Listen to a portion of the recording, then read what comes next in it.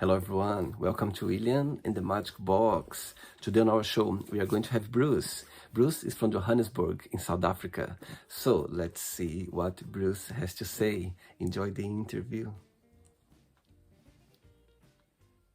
So hello Bruce, how are you? I'm great.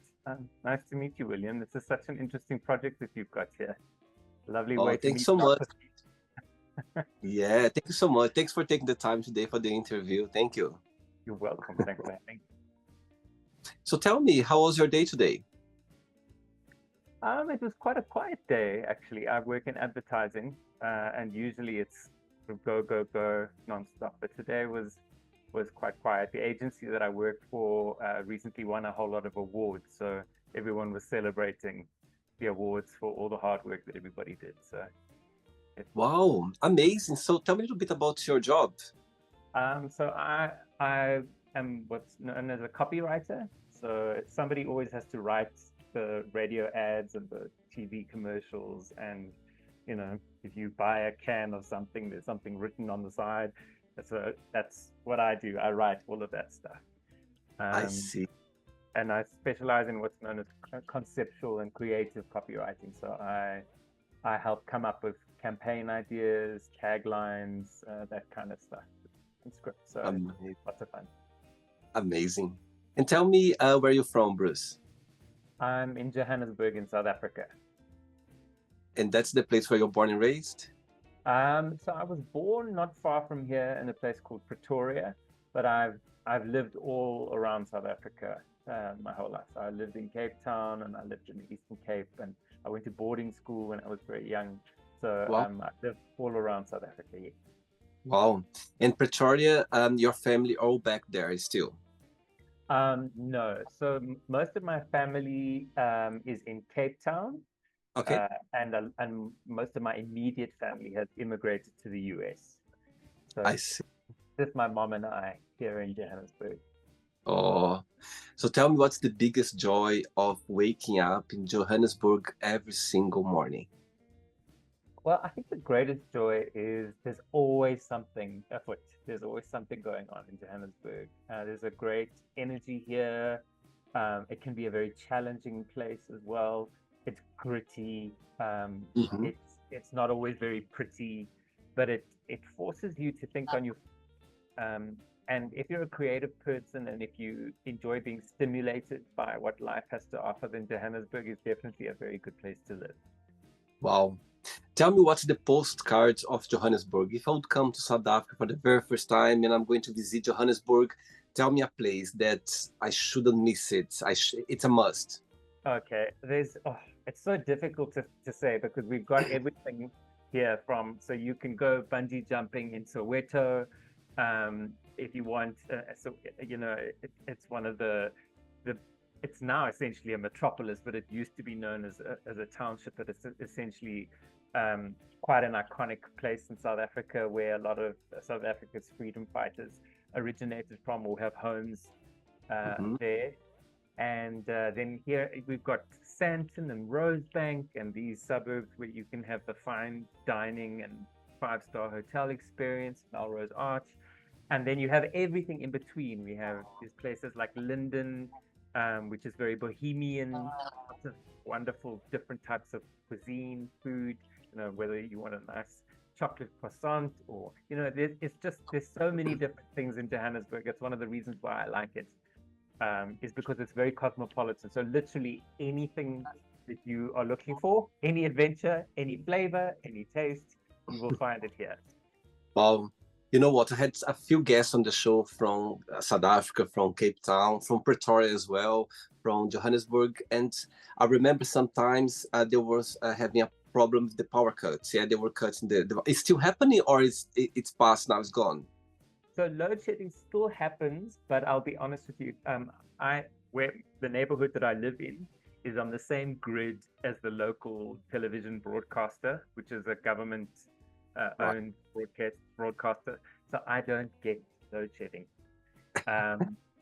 It's sort of like bragging, right? So every now and then, when we haven't had load shedding for a very long time, but Right. yeah, well, I wouldn't say for a very long time, but I'd say a few months. And when there is load shedding, we don't get it. So everybody's quite jealous of that. Amazing. Okay, Bruce. So during the interview, I'm going to explore a little bit more about your career and also about your point of views. Okay. Sure. But before we start our journey within the magic box, I would like you to tell me something interesting about yourself, or maybe something that not many people know about you. Okay. Something interesting about me, or something that not many people know about me. I just think of silly things. So I can walk on stilts. I was in a circus show in London Wow. um, we had this beautiful 100-year-old tent that was set up at Battersea Power Station in London, and I was the master of ceremonies, and I walked on stilts, and I had a long grey goatee, and I sang, and I performed, Wow. and yeah, that was quite an adventure. I literally ran away with the circus. So if you've known me only for the last 5 to 10 years, you wouldn't have known that I was a Oh, performer. wow. Interesting. And I believe as well that you're still involved in the acting career. You're an artist as well. Yes. So I was a professional actor for 13 years, and I was a lecturer as well. I taught acting.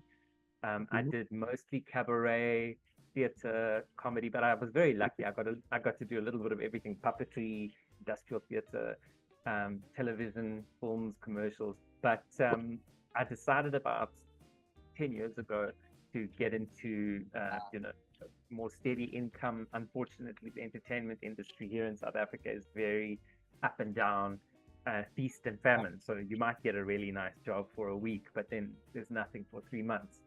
So I went into content, and so now I'm a writer and a copywriter.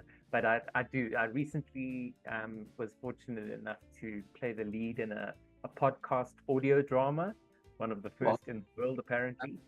So it's Wow. called Script, and that was quite an amazing experience. Being able to play quite a dramatic lead and get Wow. my acting exercise done again after So time to time, if some opportunities come, you just embrace it and you just go for it. completely. I mean, I think I identify more strongly than anything as a storyteller. So, Mhm. whether I'm writing or I'm singing or I'm doing cabaret or I'm acting, it's all storytelling. Um, Absolutely. and I think when that dawned on me, when I realized, oh, all of this is just storytelling, it made a big difference in my life in terms of how I see things. Um, Um, and it's just as long as I care about the story and I'm passionate about sharing the story, that makes all the difference. Amazing. Bruce, are you ready to go on a beautiful journey through your memories in life and share your point of views? Sure, let's do it. Amazing. Welcome to William and the Magic Box. So I have here my best friend.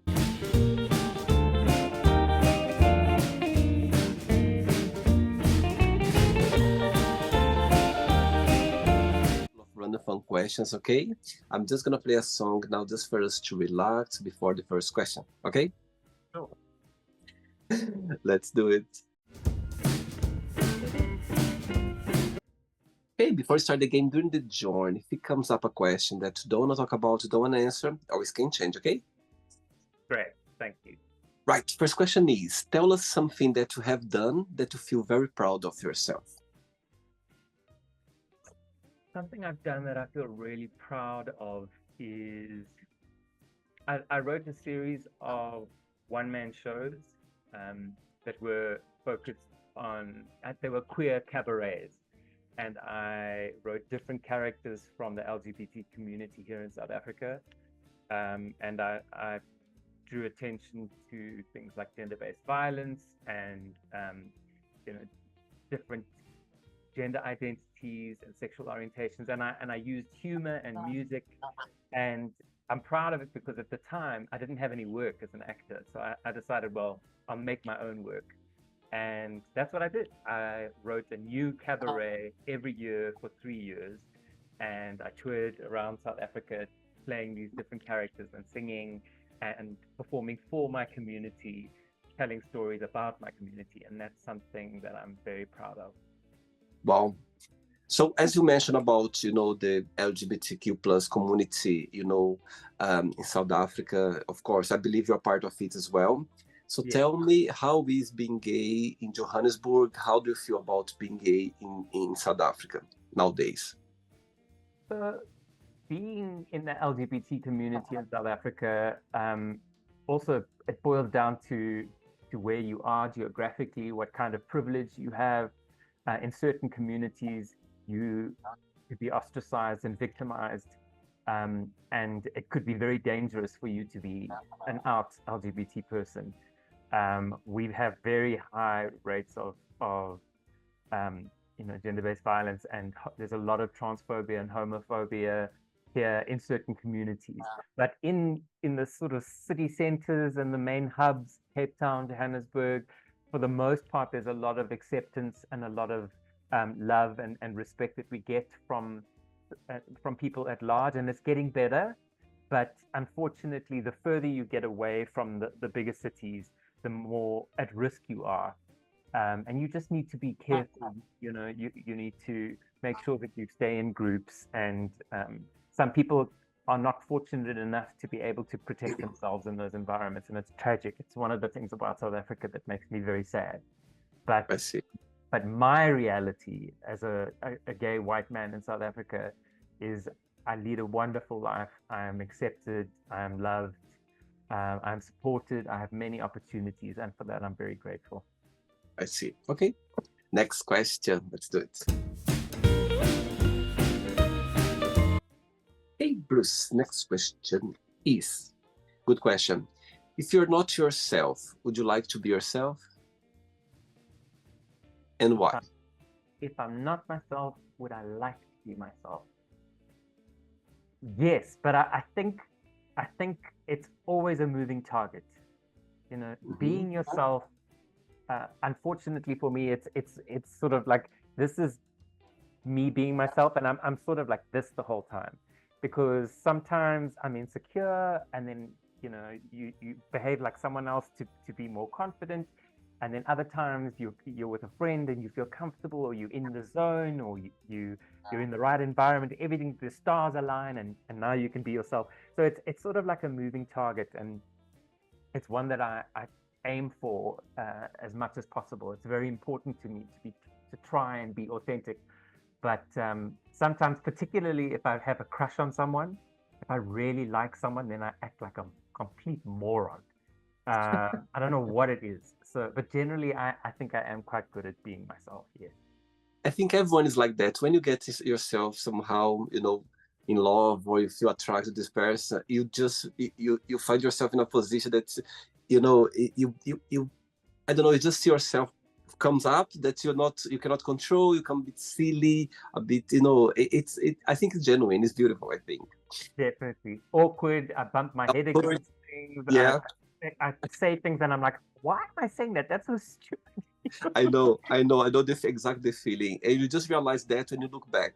You know what I mean? Exactly. Saying that, what's the biggest joy of being you? What do you like the most about being Bruce?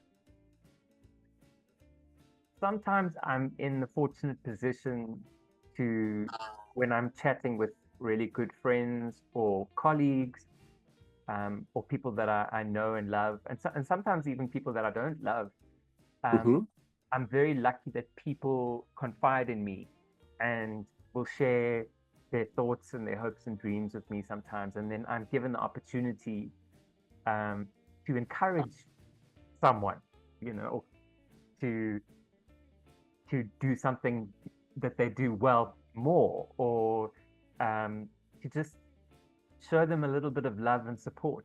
And that's something I really love about myself, in the sense that I can do it from my heart. It's real, I can't support and encourage someone from a fake place.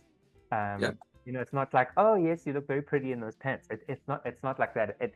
I invest something real and authentic that I can see in the other person.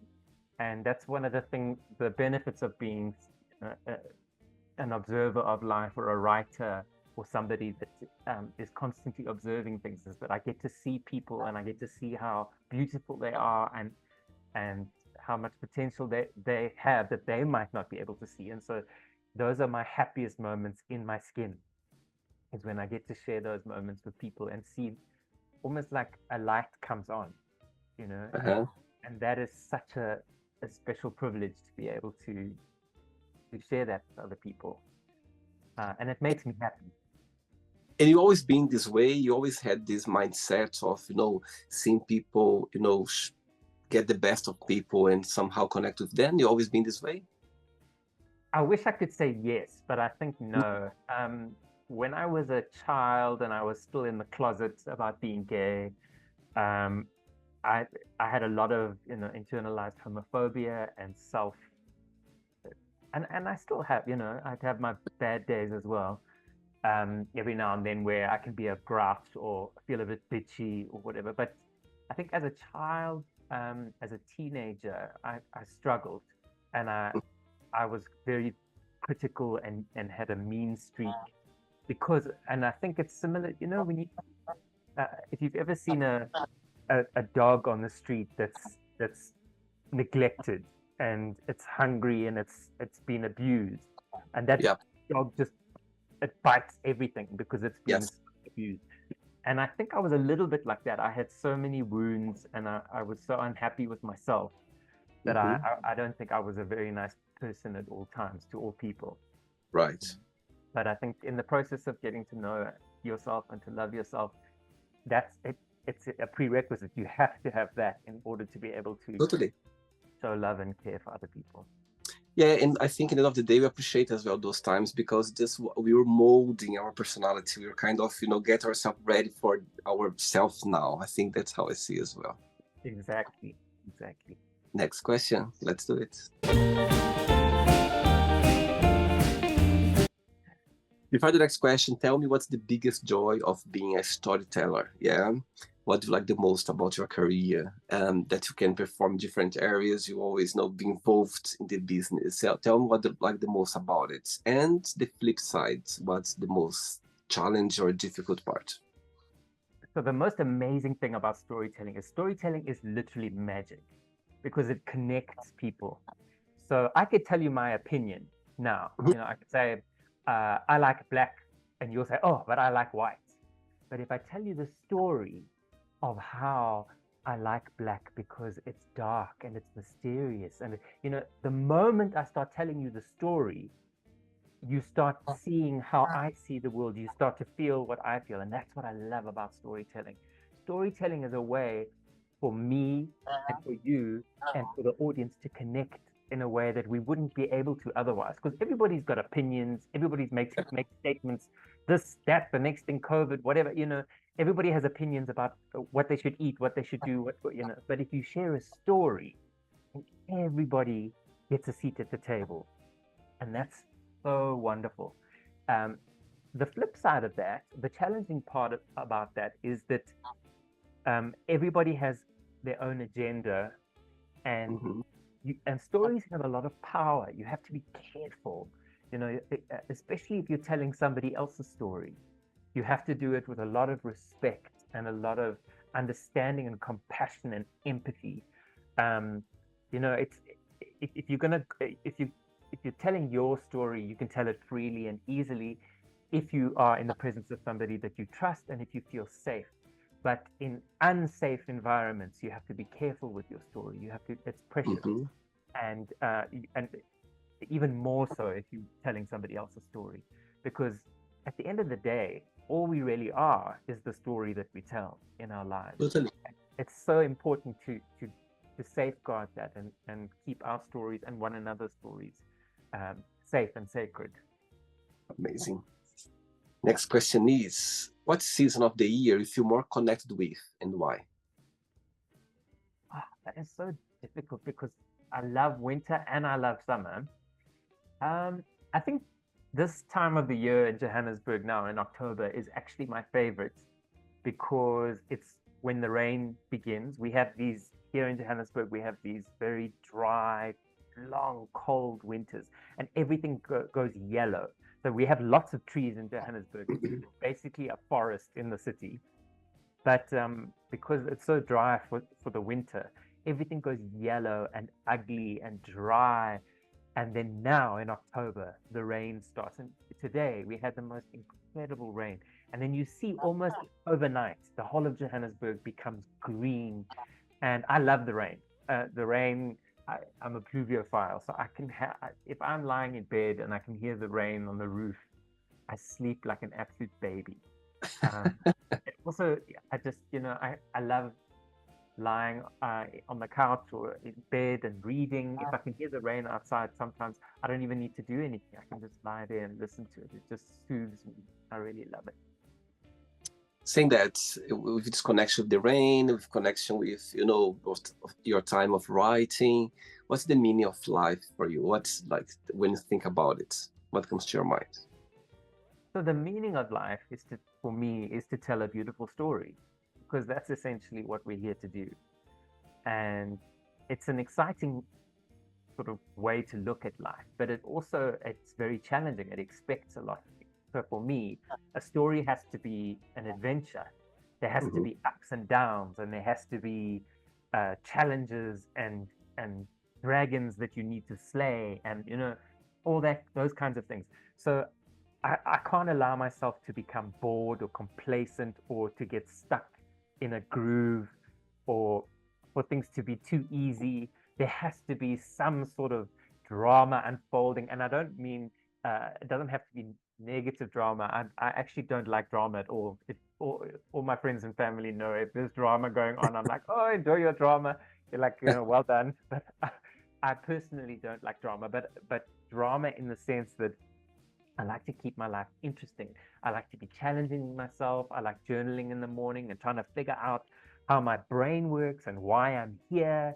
And I'm fascinated with nutrition and psychology and why people do the things that they do, and those kinds of things. So I'm not the kind of person that can do the same thing every day, come home, watch TV, go to sleep, I love going to the gym and watching all the people at gym and what they're doing. I love to sit in a shopping center at a coffee shop and watch all the people go by. I love stories, and it's a story within a story, telling stories about stories, and you can just go on and on and on like that. So yes. What's the biggest what's the biggest challenge that life has present to you that in the end it came out as a very positive thing?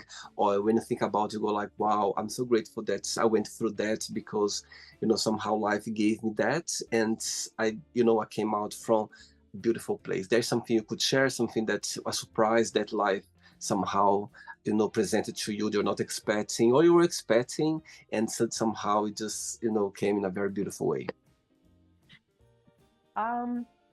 There's so many things that when they happened at the time, I thought, oh, this is the end of the world. Why me? Oh my goodness. Yeah. Only to discover later that it was the best thing. Yeah.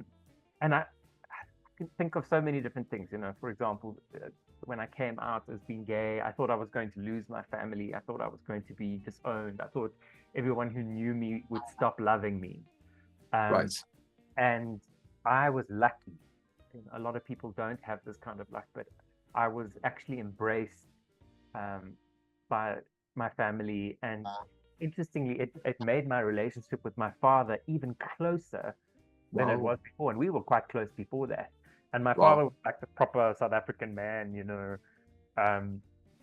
and it ended up being such a fascinating story. The relationship that I have had with my father, he passed in 2020 from COVID, but before he passed, he and I bought a house here in Johannesburg, and my mom and dad live with me now.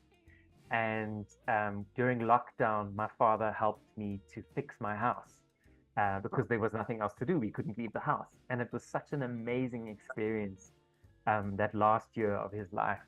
He would hold the ladder for me while I was painting, or he would fix things for me. And I just had the most incredible connection with my dad. And beautiful.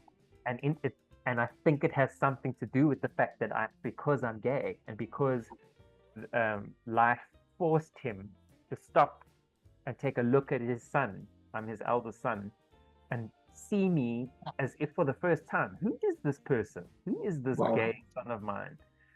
And he took another look and he saw me and he chose to love me. And Totally. what Wow. an amazing gift that has been. Wow.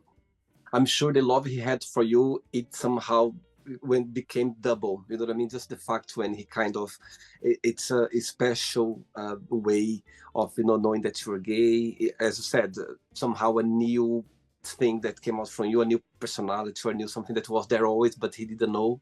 And I'm sure, I think it go different directions. I think sometimes, they can somehow dislike you if it's possible, or they can love you even more. You know what I mean? Yeah. So you made me think now. I had a lovely lady here on the show not long ago.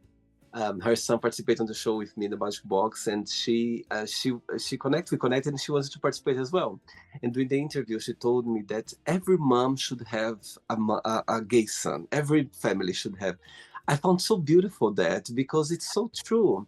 And she said, "Really, I've learned so much with my son. I've learned so much about, educate herself about, something that maybe she didn't have a gay son, should never know." And she said, every family, every mom should have a gay son. I just found so beautiful when she said that. I was like, wow, that's beautiful. That's powerful. Wow. Beautiful. I wish everyone could have that. Yeah. Totally, totally. And it's a gift. Yeah, it's a gift, I think, for the parents to have a gay son. I agree. 3 questions left. Let's do it. Hey, next question is, what do you think people need to know about each other before they get married? Before someone gets married or before you get into a very serious relationship with anyone, I think it's important to consider how much of a story you've made up in your head that you are projecting onto this other person before you can make that kind of commitment. They say it takes about a year in a relationship before you really start to get to know someone, because we can't help ourselves. Even now, as I'm talking to you, I'm trying to put my best face forward. I'm trying to be my best possible self. I want people to, I want you to like me. I want the viewers to like me. But the truth is that in an intimate relationship, you need to be able to put the mask down and see that person for who they are, and have that person see you for who you are. And the only way that can happen is if, as soon as is possible within the developing relationship, that you start getting a clear idea of who this person is versus who you think this person is. Yes. And I think that's the most important thing, because I think a lot of relationships don't last because people have this idea of someone. Oh, he looks good. He's got big muscles. He's sexy. He went to the right school. He's got the nice job. Whatever. He's perfect. And then you start dating, and then you're like, oh, he's got these little things that irritate me, but it's fine. Let's just get married. And then once you're married, oh no, the bad breath is too bad, or whatever. You didn't actually get to know the person. You were just so determined to get a partner, a lover, or a husband, that you put blinkers on, and you didn't actually see that person. And if you didn't see that person, then you don't really love that person. And then the whole thing was a waste of both of your time. And I think as well, it's, for you to get in a relationship, as you said, when you meet someone for the first time, somehow it's natural. You want to impress, you want to show our best. It's natural. However, I think if you, maybe before giving a step like that, if you can live together for, so just living together, when you can see the little habits that you don't see it, you can be together for, let's say, 10 years. But if you don't live together, you're not going to see that. You need to be together. And that's how you're going to mold, okay, that's the person that I want to share my life with, knowing that they have this habit that maybe I don't like it, but I'm going to adjust myself to it. You know what I mean? So that's the things as well. But as soon as it clicks, you know what I mean, it meant to be. If not, you can have a double think about it and see how it goes. Yeah, good advice. 2 questions left. Let's do it. Before the next question, tell me, as you know, when you think about your acting career, you know, when you're performing, when you were, tell me a situation that you're never going to forget, that's always going to have a special place in your heart. Oh, sure. So I was in a pantomime, a big sort of Christmas pantomime show here in Johannesburg, and I was an understudy for the lead, one of the lead actors. He played the madam. So traditionally in pantomime, the lead female character is always played by a man in drag. And the actor's name is, he's a very well-known actor here in South Africa named Mark Lottering. He's an amazing comedian and actor and an incredible human being. And I was his understudy. And his character had to come onto the stage on the Segway. You know, those, it's like a two-wheel right. Yeah. Segway motorbike thing. And because I was his understudy, we had understudy rehearsals. And I would have to, you know, do all the things that he did in the understudy rehearsal. So I had put the dress on that he wore and the makeup and everything. And then at one stage in the scene, I had to come on the Segway, but I didn't know how to, because, you know, to work a Segway, you lean forward to go forward and you lean back to go back. And it's the opposite if you ski behind a boat. I used to ski behind a boat as a child. So I got onto this thing and I just assumed that I would know what to do. And I went back and forward and back and forward and then boom, into a wall in front of everyone. Oh my God. And they all packed because you just saw this dress and this hat and this wig went flying. And needless to say, that was the end of the rehearsal for the rest of that day. But yeah, that was one story that I will never forget. So doing that happened during the rehearsals, not during the actual play. Oh, luckily, just during rehearsals, not the actual play. I never had to actually go on for him. He performed every single time. As you mentioned that in South Africa for artists, like actors, singers can be a bit difficult because, you know, do you think that Johannesburg, you know, in South Africa overall, it's a place to be, even though it's difficult to be an artist, you don't find a lot of jobs? Or do you think Cape Town or other places, there are more opportunities in your experience or in your opinion? What do you think? So, you know, I'll tell you what I used to tell my students. So as I said, I used to be a drama lecturer at University of Witwatersrand back in the day. And I used to tell my students, you know, follow your dreams by all means. Go out there and give it your best shot, but do it with your eyes wide open. Wow. There are some people who are making a good income as actors in this country. They've got, you know, they're either in soap operas or they've done quite a few series for Netflix, but they are very much the minority. They're a small of the people that I know, only a very small handful of people are doing well financially. Mm-hmm. Everybody else in the arts is really struggling. And those who aren't struggling are the ones who have side hustles, have other things that they can fall back on. And there is nothing wrong with that. You know, Right. Some people think, oh, I'm an artist and that's all I'm going to be and that's all I'm going to do. The truth is that even the singer Sting, he was a teacher before he became, you know, those pop Didn't know icon that. that he is. A lot of famous people waited tables and, you know, there's no job too small. Hustle, get the money that you need, so that you can afford to do the work that you love. And as soon as you can, try and create your own work. Because if you're going to sit at home and wait for other people to write the ideal show for you or the ideal series or the ideal movie, you'll never get work. That's not how it works. You have to do it yourself. And there is a way to make good money out of it. You just need to educate yourself about it. If you've got to run the art, unfortunately, is a business at the end of the day. You need to run your art like a business. That's why advertising, which is a creative, how advertising works. So advertising is a creative modality, but it's a business, you know. So it's a very clever way of using creative people for marketing and advertising, and that's, you know, that's the same thing should happen in theater, in film, in television. You have to treat it like a business. You have to be smart about it. You have to, you know, have a budget. You have to have all these clever adult strategic things in place, and you can't just, you know, pray to your fairy godmother that it's going to happen. I'm going to be famous. That's not how it works, unfortunately. Everybody has to work hard, and it's not just about working hard, it's also about working smart, taking good care of yourself, looking after your mental health, looking after your body, you know,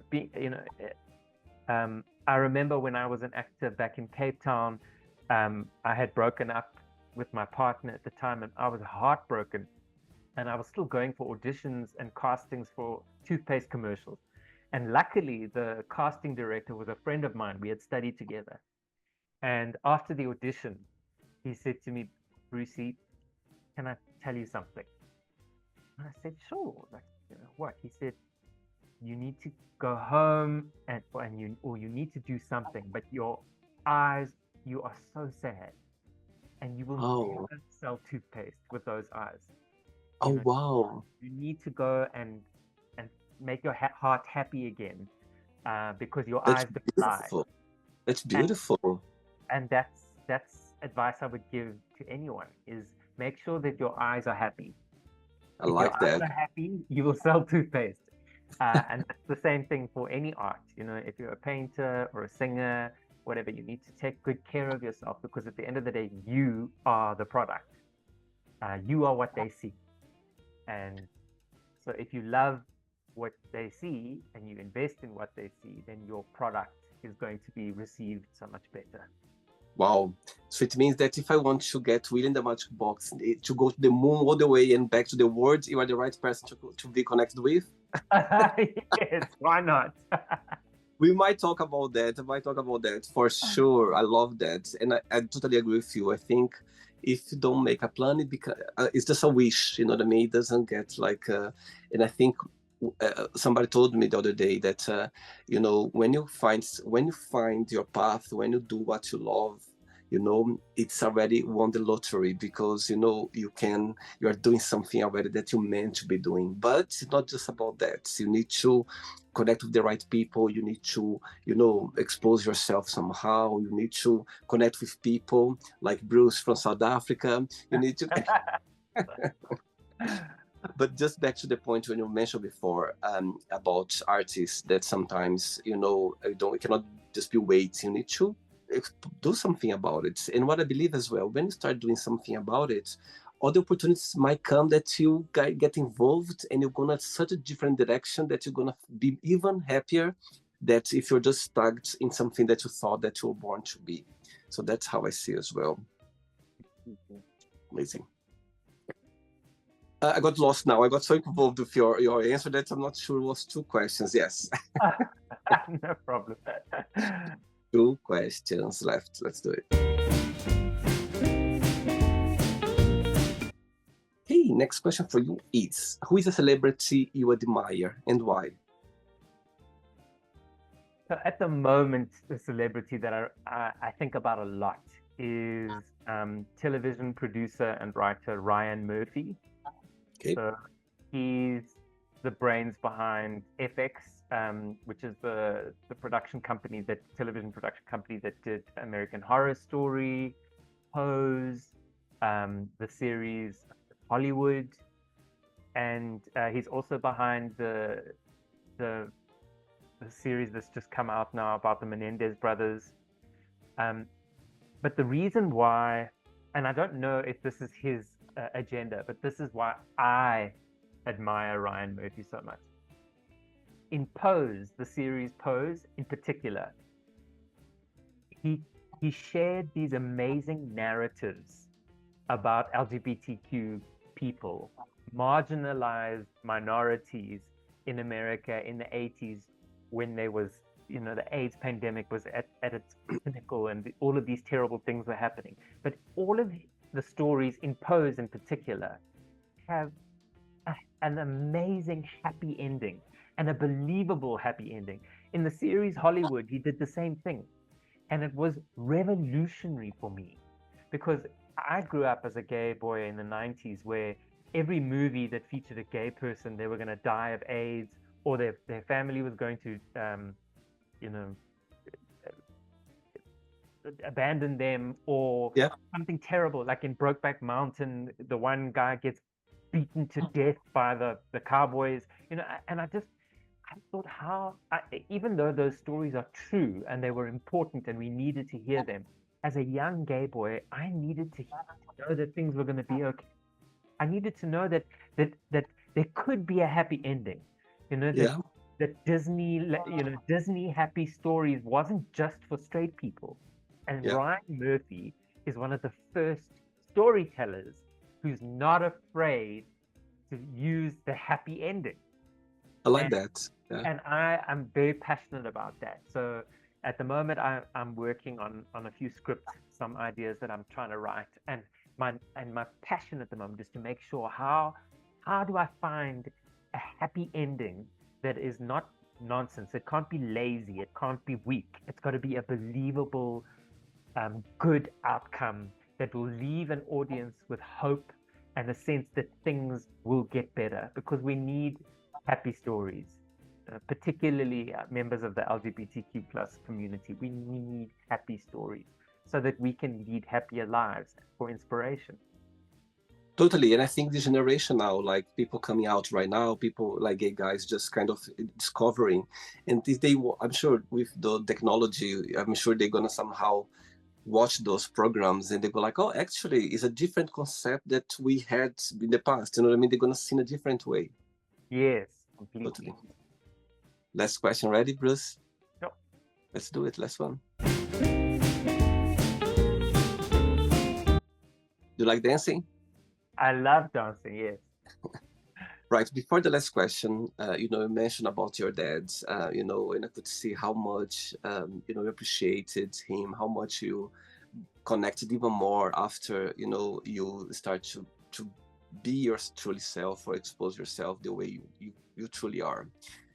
When you think about him, what's the best memory that comes to your mind? Like when when you think that, the story that he had along your life, there's something you could share?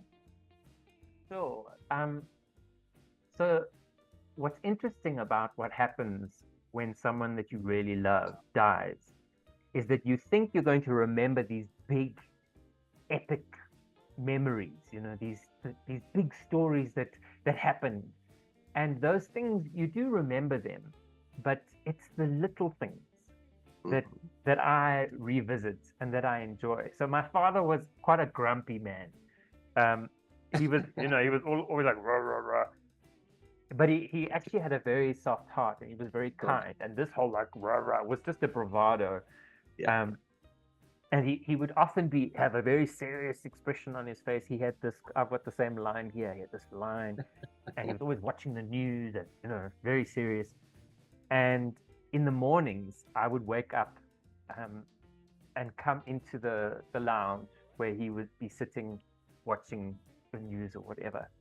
And as grumpy as he might be, his whole face would light up and he would smile when he saw me. Oh, wow. And I knew how much he loved me because it was like the sun was coming up. Wow. And I think if there's anything a listener or a viewer is, can take from this, if you love someone, if you can light your face up when they walk in the room like my dad did for me, it is hands down one of the greatest gifts anyone has ever given me, because now I expect that from my partner, from, if your face doesn't light up when I walk in the room, then I don't know. You've got to, I was very fortunate to have a father like that. So it's something that I think about every day. What an amazing gift it was to have someone love me so much that even if they were grumpy or whatever, their whole face, it was like alchemy.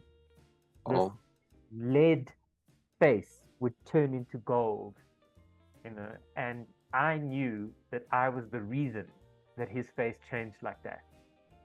And as I said, hands down, one of the best gifts I've ever received in my life. I'm just thinking of the pressure on the shoulders of your family, your partner, everyone when you come in. Everyone like this. Hello. Yeah, I 100. Yes, there's a lot of pressure. I do have very high expectations. Unfortunately, your face needs to light up when I walk into the room, unless you're really cross with me, and even then, your eyes must be slightly twinkly and sparkly when you see. I remember that, okay, when the first time I come to South Africa, when I meet all my guests from the Magic Box, I know how I'm gonna look at you straight away. Hello, Bruce. Great. I'll hold you to that, William. I will. Last question is, what makes you the saddest? I think, things like disconnection. I think, which is the opposite of story. So stories are what bring people together, but stories that are unheard, or stories that are broken, or stories that get lost in translation, or Mhm. or when people refuse to hear a story, that's when there is prejudice and stigma and hatred, and when misunderstandings, is when people don't hear one another's stories, they don't see one another's stories, and that makes me sad. And it has many, many different ways of manifesting. Any kind of cruelty is essentially someone who's lost the story of love in their heart. Anyone who can hurt another person, who can be cruel, um, and inflict pain, torture, any of those kinds of things to another person, that is a broken person. If you have empathy and emotional intelligence, you can't do that to someone else, because you know what that would feel like. That's your humanity. You understand someone else's story and they can feel your story. But broken people break other people because they can't hear the other person's story, and they can't hear their own story, the story of Yeah. their heart, and that makes me sad. Do you cry easily, Bruce? I don't generally. I don't, but recently I have been quite tearful. I think it's because I have been missing my dad the last few weeks, and Mhm. my colleague and friend, a guy named Salim, who I work with, he and he has a YouTube channel as well, and Huh? we post reaction videos, and he plays these beautiful songs from like Coke Studios Pakistan, or Nescafe Basement music from India, and the music is just so beautiful and trans you know transcending and spiritual that I've actually been in tears a few times in the last 3 weeks. So Wow. so I would have to say that usually, no, I don't cry easily, but for some reason the last 2 weeks I have been closer to tears than usual. Amazing. Okay. It's not the end yet. Let's play now the word association game. Okay, I'm going to give away some words. Just one word that comes to your mind. Quick thinking. Sure. Start with money. Money, the Emperor Tarot card. Fear. Spooky, scary thing hiding under my bed. One word for family. Togetherness. Life. Adventure. Love. Mystery. Sex. Yes, please. Religion. Has its place. Friendship. Very important. Politics. Not important. Desire. Oh, so important. Okay. The more desire, the better. Regret. Sad reality. Success. More and more. Wish. Ah, a plan that needs to be executed. Like that. I think this message was for me. Happiness. Something to share. One word for Johannesburg. Potential. One word for South Africa. Growth. Nelson Mandela, one word. Icon. And the last one now, storyteller, one word. Me. Ooh. let's pretend now I'm going to meet your partner for a coffee, and I'm going to ask your partner, define Bruce in one positive word and one negative word only. What you would say? He'd probably say entertaining. Mhm. And then I get the word intense. People say the word intense. I don't know how to have like, every conversation I have is a deep, meaningful conversation, and people complain. Like sometimes they just want to talk about the weather, you know. So I would say, intense, because I like to have meaningful conversations in every conversation. Is your star sign astrology Scorpio? Cancer. Cancer. Okay. I'm just saying that because I'm Scorpio, and one of the big characteristics of Scorpio is being intense. Like literally, if I love, you're gonna know. If I enjoy, you knew it. You're gonna know it. You're gonna spot it because everything's exploded. Everything. Exactly. That's about We're Scorpio. very similar. Water signs, Cancer and Scorpio. Amazing. Let's play now, Bruce, and the magic box, and you can ask me a question. But before asking the question, what's your favorite African word? Oh, I have so many. So in Afrikaans or in Xhosa, Zulu, we have 11 official languages in South Africa. I know. So, Africans, yeah. So there's the word for beer. I think it's Xhosa or Zulu.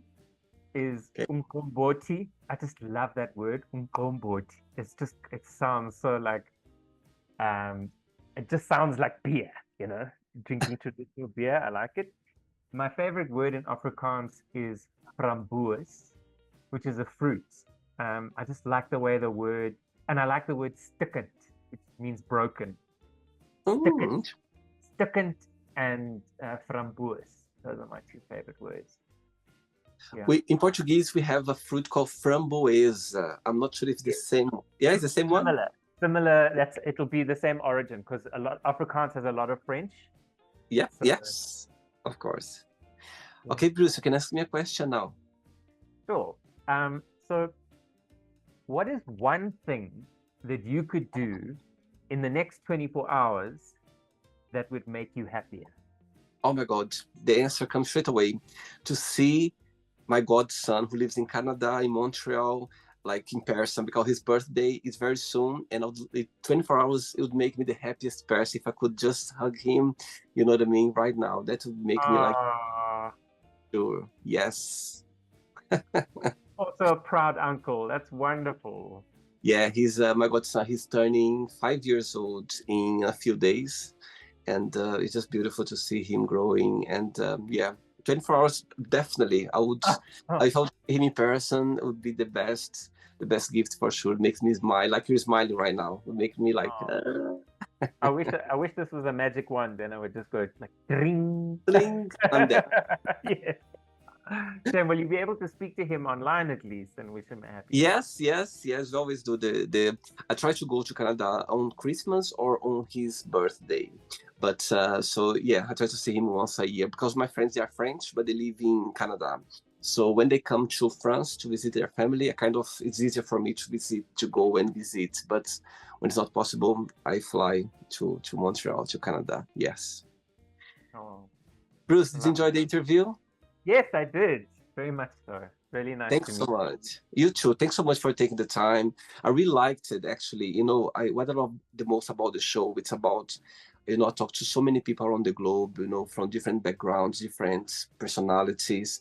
And this about the smile, when you're, saying about that, about your dad, trust me, I was thinking about different people in my life that when they see me, I was literally, you were talking, my head was going like that, like thinking about people who, when they see me, it's such a genuine reaction that I never I never spotted that. I mean, I spotted not the way you just explained now.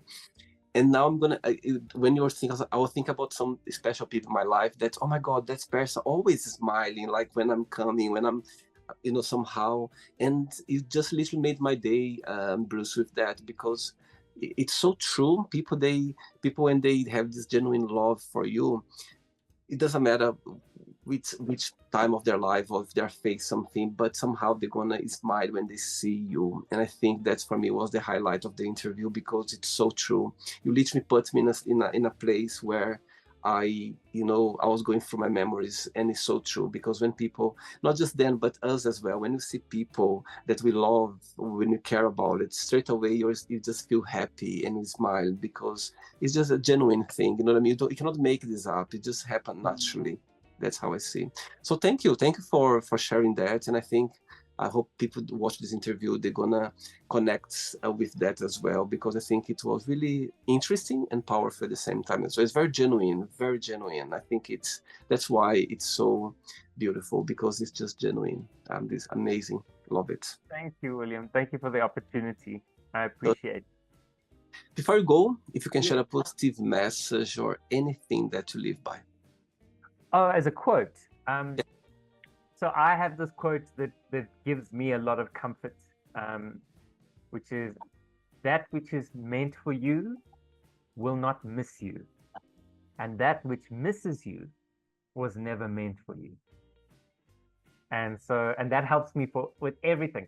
So if I fall in love with someone and they're like, oh, I love you, but I just want to be your friend, or if there's this exciting role or job or whatever, something that I really, really thought that I wanted, and for some reason I don't get it, I just remember that which is meant for you cannot miss you, and that which misses you was never meant for you. And that helps me. I hope it helps other people too. For sure. And whatever it meant to be for you, it will find a way to get to you. It doesn't matter how, it will find a way. That's how I see it as well. Absolutely. Can't miss you. Thanks so much, Bruce. Thank you. Thanks again. It was a Okay. pleasure to connect with you, and you keep in touch. Okay, take care. Thanks so much, William. All the Bye. best. Good night. Bye. Cheers. So, did you like the show? Don't forget to give a like, to share it, and also don't forget to subscribe to the channel.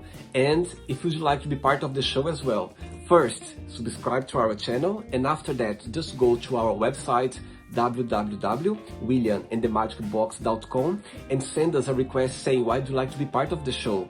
And I see you there. Bye bye, see you next time.